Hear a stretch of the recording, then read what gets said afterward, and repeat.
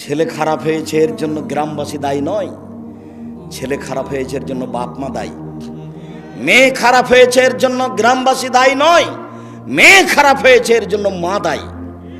রাসূল সাল্লাল্লাহু আলাইহি সাল্লাম বলছেন, কুল্লু মাউলুদিন ইউলাদু আলাল ফিতরা ফাবুহু ইউহাব্বিদানা হিউমানাইজেশনি ওয়া ইউনাসরানিহি। প্রত্যেকটা ছেলে মেয়ে ইসলামী ধারণ ক্ষমতা নিয়ে জন্ম নেয়, প্রত্যেকটা ছেলে মেয়ে ইসলামী ধারণ ক্ষমতা নিয়ে জন্ম নেয়। ৫ ওয়াক্ত সালাত আদায় করতে পারবে, এই ক্ষমতা তার ভিতরে আছে। দাড়ি ছেড়ে দিতে পারবে, চাঁচবে না, এই ক্ষমতা তার ভিতরে আছে। টাকনুর নিচে প্যান্ট পরবে না, উপরেই পরবে, এই ক্ষমতা তার ভিতরে আছে। তো টাকনুর নিচে প্যান্ট পরলো কেন?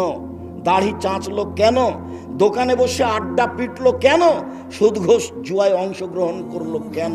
রাসূল সাল্লাল্লাহু আলাইহি সাল্লাম বলছেন, ওর বাপ মা করতে বলেছে এই জন্য। মেয়েটা নগ্ন পোশাকে আছে কেন? এখন ক্লাস 10-এ পড়ে, ওর বাপ তাহাজ্জুদ পড়ে, এখন বসে আছে, মাথায় কাপড় নেই। এর জন্য জবাব আমি দিব, ওই কাপুরুষ বাপে দিবে, আমি দিব কেন? জন্ম আমি দিয়েছি, জন্ম আপনি দিয়েছেন, আপনি প্রস্তুত থাকেন। আল্লাহর নবী আপনাকে বলছেন পাহারাদার এই ছেলেমেয়ের, এই বাড়ির পাহারাদার আপনি, জবাব আপনাকে দিতে হবে। এই বাড়ির পাহারাদার আপনার স্ত্রী, আপনার মেয়ের প্রত্যেকটা অন্যায়ের জবাব আপনার স্ত্রীকে দিতে হবে, আপনাকে দিতে হবে।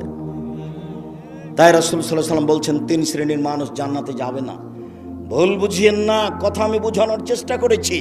প্রত্যেক দিন আপনার মেয়ে স্কুল থেকে আসে বিকাল 2টার সময়, আজকে এসেছে 2:30টার সময়। ওই সময়ে আপনার স্ত্রী সালাত আরম্ভ করতে যাচ্ছিল, সালাত নামাজ পড়বে, এই সময়তে মেয়ে বাড়িতে ঢুকেছে।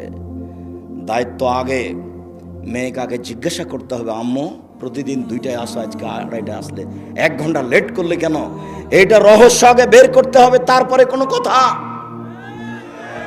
এটা অক্ষরে অক্ষরে প্রকাশ করতে হবে, বুঝতে হবে, জানতে হবে, তার নাম মা।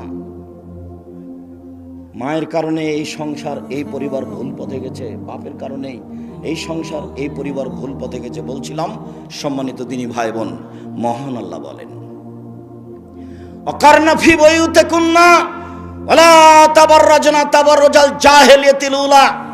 হে মুসলিম মহিলা, তোমরা বাড়িতে থাকো। বন্যতার যুগে, বর্বরতার যুগে, অসভ্যতার যুগে নারীরা যেভাবে প্রদর্শনে দিয়ে চলতো, নিজেকে দেখিয়ে চলতো, এইভাবে তোমরা চলো না, এটা আল্লাহর আদেশ। যারা এভাবে চলছে রাস্তাঘাটে, কলেজ মাঠে, যে কোনো জায়গায়, এরা আল্লাহর কথাকে অমান্য করে চলেছে, এটা আল্লাহর আদেশ। আল্লাহ তাআলা বলেন, ইয়া আইয়ুহান নবী কুল্লি আজওয়াজিকা ওয়া বানাতিকা ওয়া নিসাইল মুসলিমিন আইয়ুদিনিনা আলাইহিন্না মিন জালাবিবিহিন্না।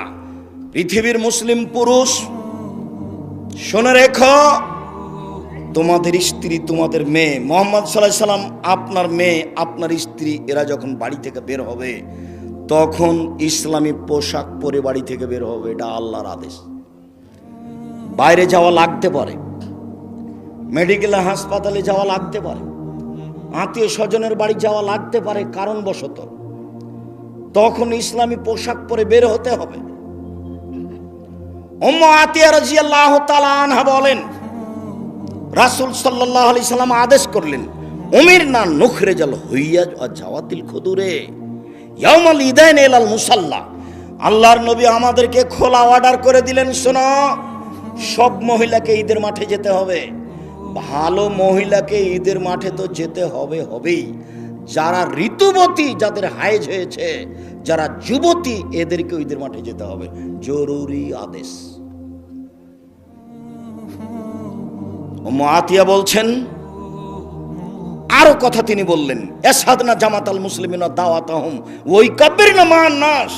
এসব ঋতুবতী মহিলারা ঈদের মাঠে যাবে, ইমামের বক্তব্য শুনবে, জনগণের সাথে তাকবীর পাঠ করবে, আল্লাহু আকবার, আল্লাহু আকবার, লা ইলাহা ইল্লাল্লাহ, আল্লাহু আকবার, আল্লাহু আকবার, ওয়ালিল্লাহিল হামদ। এই কথা মুহাম্মদ সাল্লাল্লাহু আলাইহি সাল্লাম বললেন। ঈদের মাঠে যাবে, সালাতের সময় পৃথক হয়ে থাকবে, জনগণের সাথে তাকবীর পাঠ করবে, ইমামের বক্তব্য শুনবে, এই জন্য যেতে হবে, যেতে বাধ্য। তখন আমাদের একজন বলল, আল্লাহর নবী, ইহদানা লাইসা লাহা জিলবাব, আমাদের কোন মহিলা এমনও আছে যার চাদর নাই, বাইরে যাওয়ার মতো চাদর নাই, তাহলে কি করবে? তখন রাসূল সাল্লাল্লাহু আলাইহি ওয়াসাল্লাম বলছেন, লেতুল বেসাহা সাহেবা তামিন জিলবাবিহা, ওর সাথী, ওর বান্ধবী, ওর কোনো দিনী বোন তাকে চাদর দিবে, তাহলে আরেকজনের চাদর ধার করে নিয়ে ঈদের মাঠে যাবে। এই কথা মুহাম্মদ সাল্লাল্লাহু আলাইহি ওয়াসাল্লাম বলেন। এই বুখারী মুসলিমের হাদিসে কি বলতে চেয়েছি? যেটা বলতে চেয়েছি সেটা হলো এই, যে মুসলিম মহিলা বাড়ি থেকে বের হলে ইসলামী পোশাক পরে বের হবে। এটা আল্লাহ বলছেন, এটা আল্লাহর নবী বলছেন। মহান আল্লাহ বলেন, ওয়াইদা সালতুমুহুন্না মাতান ফাসআলুহুন্না মিন ওয়ারাই হিজাব, তোমাদের যদি অপর মহিলাদের সাথে কথা বলা লাগে, কোনো প্রয়োজনীয় কিছু লেনদেন করা লাগে, তাহলে অন্তরাল আট থেকে কথা বলো, অন্তরাল আট থেকে লেনদেন করো। যালিকুম আথারুলে কুলুবিকুম কুলুবিহিন্না, অন্তরাল থেকে কথা বললে তোমার অন্তরটাও পবিত্র থাকবে, তার অন্তরটাও পবিত্র থাকবে।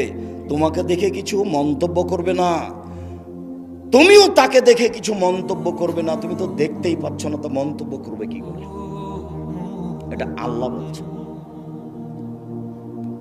তাহলে আমাদের অবস্থা কি হতে পারে?